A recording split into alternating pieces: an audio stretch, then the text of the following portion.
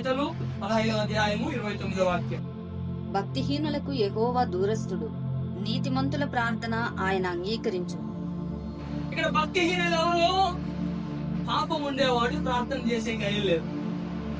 పాపం ఉండేవాడు దేవుడి దగ్గరికి ఆసక్తితో వచ్చేకి సాధ్యము కాదు.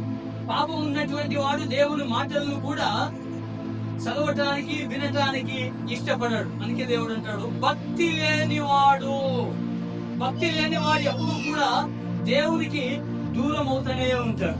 దేవునికి దగ్గరయ్యే ప్రయత్నాలు చేయనే. గమనించండి, ఒక చిన్న ఉదాహరణ. మన కుటుంబంలో మన పిల్లల్ని మీరు బాగా గమనించండి. అందుకే అప్పుడప్పుడు మన పిల్లల్ని గమనిస్తూ ఉండాలి.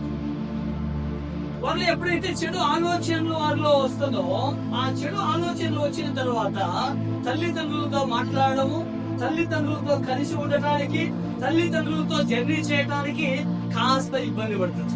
ఒకప్పుడు తల్లిదండ్రులు లేక నిద్ర వచ్చలేరు. ఒకప్పుడు తల్లిదండ్రులతో మాట్లాడక సమాధానము లేకుండా ఉంటా. ఒకప్పుడు తల్లిదండ్రుల జొత్తులోనే ఉండాలని ఆశపడేటువంటి వారు.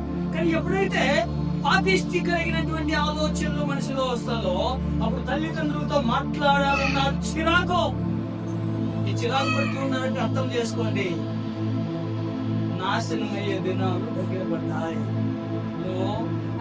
దేవుడి నుంచి దూరం అయ్యే దినాలు దగ్గర పడ్డాయి. తల్లిదండ్రుల దీవెనల నుంచి పోగొట్టుకోవడానికి దగ్గర పడ్డాయన్న సత్యాన్ని మనం అర్థం చేసుకోవాలి. గమనించినారా? తల్లిదండ్రులు మాట్లాడితే చిరాకు పడేటువంటి అనుభవము అట్లా పిల్లలు లేదంటారా? చిరాకు పడుతూ ఉన్నారంటే అర్థం చేస్తా తల్లిదండ్రుల నుంచి వాళ్ళు దూరం అవుతూ ఉన్నారు. వారి లోపల ఒక పాపం అనేటువంటి లోపల ఎంట్రీ అయి ఉన్నారు. ఆ పాపం ఏం చేస్తుంది? తల్లిదండ్రుల సంబంధానికి బిడ్డలకున్న సంబంధాన్ని అది వేరుగా మారుస్తా ఉంటుంది.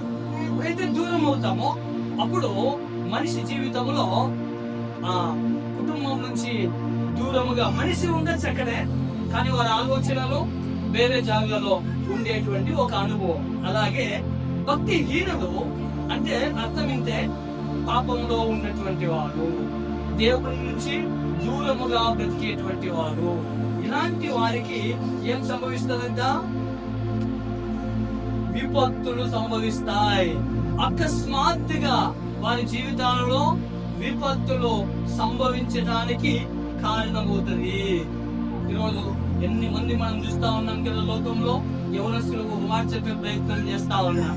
ఇలాంటి పాపిష్టి ఒక ఆలోచన ఎప్పుడైతే వస్తుందో, తల్లిదండ్రుల దీవెనలు పోగొట్టుకుంటాం, మన భవిష్యత్తును మనం కోల్పోతాం, దేవుడు మన కొరకు పెట్టిన ఎన్నో ఆశీర్వాదాలను కోల్పోతాం. మన ద్వారా దేవుడు శ్రేష్టమైన కార్యాలను జరిగించాలనుకున్నప్పటికీ ఇవన్నీ కోల్పోయేది ఒక భాగం అయితే తెలియదు.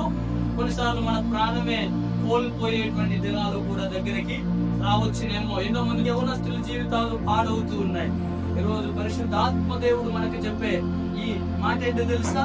ఈ విపత్తుల నుంచి మనము తప్పించుకోవాలి అంటే పాపం నుంచి మనము దూరముగా వచ్చేటువంటి అనుభవాన్ని మనం కలిగి ఉండాలి.